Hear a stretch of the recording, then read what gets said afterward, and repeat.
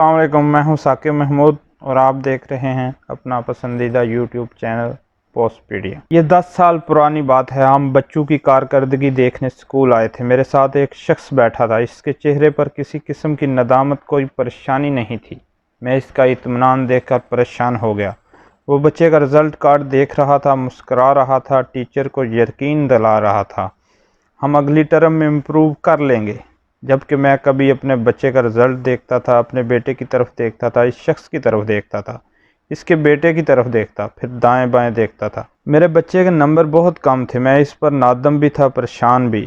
جبکہ میرے ساتھ بیٹھے شخص کا بیٹا 7 مضامین میں فیل تھا، لیکن اس کے چہرے پر کسی قسم کی پریشانی نہیں تھی۔ ان کا بیٹا بھی مطمئن تھا۔ دنیا کے اس عجیب و غریب باپ بیٹے کے رسپانس پر حیران تھا۔ ہم سب اپنے بچوں کی وجہ سے پریشان ہوتے ہیں۔ ہم انہیں ٹاپ کرنا دیکھنا چاہتے ہیں، ہم انہیں 10-12 سال کی عمر میں افلاطون بھی دیکھنا چاہتے ہیں، اور دنیا کے ذہین ترین بچے بھی۔ ہم میں سے شاید ہی کوئی والد والدہ ہوگی جو اپنے بچوں کے لیے میڈل، ایوارڈ یا پرائز کی خواہش نہ رکھتی ہو، جو اپنے بچوں کے لیے تالیاں نہ سننا چاہتی ہو۔ لیکن جب ہمارے بچے فیل ہو جاتے ہیں، یا ان کے نمبر کم آتے ہیں، یا آخری درجوں میں پاس ہوتے ہیں، تو ہماری خواہشوں کو دھچکا لگتا ہے اور ہم پریشان ہو جاتے ہیں۔ میں بچوں کی وجہ سے 14-15 سال اسکولوں کے چکر لگاتا رہا۔ میں نے ان 14-15 سالوں میں بڑے بڑے مشہور، نامور، ترمہام قسم کے لوگوں کو ٹیچرز، ٹیوٹرز اور پرنسپلز کے سامنے روتے دیکھا۔ میں نے دیکھا وہ لوگ جو پورے زمانے کو آگے لگا کر پھرتے ہیں، وہ اپنے بچوں کی وجہ سے اسکول میں ناک سے لکیریں نکال رہے ہیں، اور بچے اطمینان سے انہیں لکیریں نکالتا دیکھ رہے ہیں۔ اولاد والدین کی باپ ہوتی ہے، یہ آپ کی نفسیات، آپ کی کمزوریوں، آپ کی خامیوں سے واقف ہوتی ہے، چنانچہ یہ آپ کو تگنی کا ناچ نچا دیتی ہے۔ اور میں نے اسکول میں والدین کو یہ ناچ ناچتے دیکھا۔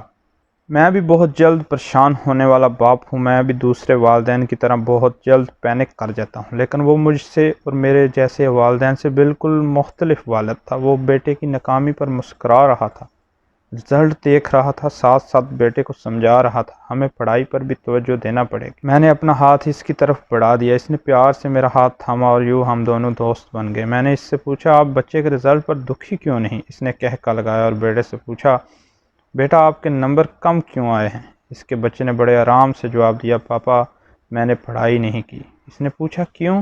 بچے نے جواب دیا، میں ویڈیو گیمز کھیلتا رہا اور فلمیں دیکھتا رہا تھا۔ اس نے بیٹے سے پوچھا، آپ اب کیا کرو گے؟ بیٹے نے جواب دیا، میں 6 مہینے فلمیں نہیں دیکھوں گا، ویڈیو گیمز بھی نہیں کھیلوں گا، اور پڑھائی پر توجہ دوں گا۔ اس نے بچے سے پوچھا، کیا آپ ٹاپ کر جائیں گے؟ بیٹے نے انکار میں سر ہلایا اور بولا، نہیں، بہت مشکل ہے، میں 10 سے 15 کے درمیان کوئی پوزیشن لے لوں گا۔ باپ نے پوچھا کیوں؟ بیٹے نے جواب دیا، پاپا میرے کانسیپٹ کلیئر نہیں، مجھے فزکس، کیمسٹری اور میتھ کی سمجھ نہیں آتی، رٹا لگانے سے آپ نے منع کیا ہوا ہے، چنانچہ میں پہلی پوزیشن حاصل نہیں کر سکوں گا۔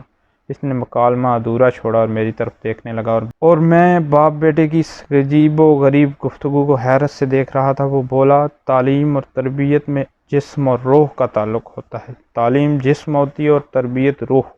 دنیا میں جس طرح روح کے بغیر جسم زندہ نہیں رہ سکتا، بالکل اسی طرح تربیت کے بغیر تعلیم بھی بے معنی ہے۔ ہم اپنے بچوں کو مہنگی تعلیم دلاتے ہیں، ہم انہیں مہنگے سکولز، مہنگے ٹیوٹر، مہنگی کتابیں فراہم کرتے ہیں، ہم انہیں مہنگے لباس، گاڑیاں، خوراک بھی دیتے ہیں، لیکن ہم ان کی تربیت کا بندوبست نہیں کرتے۔ ہم انہیں سچ بولنے، اپنی ناکامی کو تسلیم کرنے، اپنی خامیوں کو سمجھنے، ارادہ کرنے اور مستقبل کی منصوبہ بندی کی تربیت نہیں دیتی۔ ہم انہیں آہستہ بولنے، دوسروں کی رائے کا احترام کرنے، برداشت کرنے، فٹ پاتھ پر چلنے، دوسروں کو راستہ دینے، سرخ اشارے پر رکنے، سلام میں پہل کرنے، سچ بولنے اور تمام لوگوں کو اپنے برابر سمجھنے کی ٹریننگ نہیں دیتے۔ وہ رکا اور دوبارہ بولا، لیکن میں نے اپنے بچے کو یہ ٹریننگ دے رکھی ہے، ان کے نمبرز کم آ جاتے ہیں، یہ فیل بھی ہو جاتے ہیں، لیکن یہ کسی کے ساتھ بدتمیزی نہیں کرتے، یہ کسی کا حق نہیں مارتے، یہ کسی مجبور، کسی معذور کا مذاق نہیں اڑاتے، یہ ہارن نہیں بجاتے، یہ فٹ پاتھ پر نہیں تھوکتے، یہ منہ کھول کر جمائی نہیں لیتے، یہ چوری نہیں کرتے، یہ جھوٹ نہیں بولتے۔ وہ رکا اور بولا، میرے بچے کسی بھی وقت نمبر لے لیں گے، یہ کسی بھی وقت پڑھنا شروع کر دیں گے، لیکن اگر ان کی تربیت کا وقت گزر گیا تو یہ زندگی میں کبھی اچھے انسان نہیں بن سکیں گے، یہ حوصلہ مند نہیں ہو سکیں گے۔ آپ خود سوچیں، اگر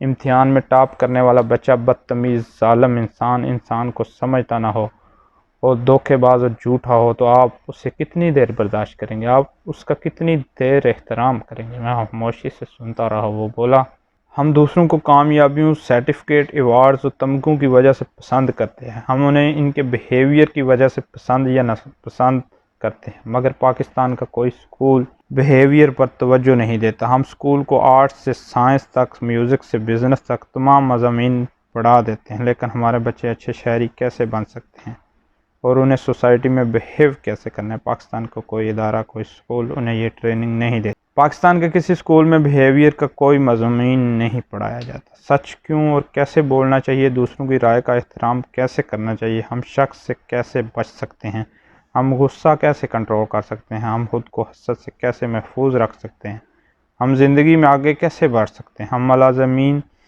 اور ساتھیوں کا کیسے خیال رکھ سکتے ہیں، اور ہم ماحول کو کیسے صاف کر سکتے ہیں۔ پاکستان کا کوئی اسکول بچوں کو ایسی ٹریننگ نہیں دیتا، لیکن میں نے اپنے بچوں کو اس کی ٹریننگ دے رکھی ہے۔ میں نے تربیت کو تعلیم پر فوقیت دے رکھی ہے۔ میں نے اس سے پوچھا، آپ کے دل میں کبھی یہ خیال نہیں آیا آپ کا بیٹا ٹاپ کرے؟ اس نے کہکا لگا کر جواب دیا، میرے دل میں بھی یہ خواہش پیدا ہوتی ہے، لیکن مجھے پھر عرفہ کریم یاد آ جاتی ہے۔ یہ پاکستان کی ذہین ترین بچی تھی۔ عرفہ نے 2004 میں 9 سال کی عمر میں مائیکروسافٹ سرٹیفائیڈ MCPS کر کے پوری دنیا کو حیران کر دیا۔ یہ دنیا کی کم عمر ترین سافٹ ویئر انجینئر تھی۔ بل گیٹس نے اس کی ذہانت سے متاثر ہو کر اسے امریکہ بلوایا۔ دنیا کے تمام بڑے چینلز، اخبارات نے اس بچی کو کوریج دی۔ عرفہ نے 9-10 سال کی عمر میں پاکستان کے تمام بڑے ایوارڈز بھی حاصل کیے۔ اس نے دبئی میں دنیا کے بڑے IT پروفیشنلز میں پاکستان کی نمائندگی کی۔ یہ مائیکروسافٹ کی بارسلونا کانفرنس میں بھی شریک ہوئی۔ اس نے 10 سال کی عمر میں جہاز بھی اڑا لیا۔ لیکن پھر کیا ہوا؟ عرفہ کو 22 دسمبر 2011 کو 16 سال کی عمر میں مرگی کا دورہ پڑ گیا۔ یہ کومے میں چلی گئی۔ یہ 23 دن موت و حیات کی کشمکش میں مبتلا رہی۔ بل گیٹس نے اس کے لیے امریکی ڈاکٹرز کی ٹیم کا بندوبست کیا، مگر یہ 14 جنوری 2012 کو وفات پا گئی۔ یہ پاکستان کی پہچان بھی تھی، کروڑوں بچوں کے لیے مشعل راہ بھی، لیکن اس کے باوجود میرا سوال اپنی جگہ قائم ہے۔ عرفہ کی ساری ذہانت، سارے ایوارڈ، ساری کامیابیوں کا کیا فائدہ ہو؟ کیا اس کا مطلب یہ نہیں ہم جن چیزوں کو اپنی کمال، اپنی کامیابی، اپنی اچیومنٹ سمجھ لیتے ہیں، وہ ایک ٹھوکر، ایک معمولی سی ایکسیڈنٹ، ایک چھوٹے سے ہارٹ اٹیک اور چند لمحوں کی برین ہیمریج کی مار ہوتی ہے، اور ہم چند لمحوں میں عالمی مسکین بن جاتے ہیں۔ ہماری کامیابی، ہماری اچیومنٹ ترس بن جاتی ہے۔ لہٰذا ہمیں ٹاپ کرنے بجائے صحیح کے ساتھ صحت مند نارمل زندگی کی خواہش کرنی چاہیے۔ ہمیں ہائی ویلیوز کے ساتھ چھکا ضرور مارنا چاہیے، مگر زندگی کی 6 وکٹوں کی قیمت پر نہیں، کیونکہ آپ کامیاب ہو کر عبرتناک انجام کا شکار ہو گئے، آپ ٹاپ کرنے کے بعد بدتمیز ہو گئے، تو اس کامیابی کا کوئی فائدہ نہیں، یہ بے معنی ہوگی۔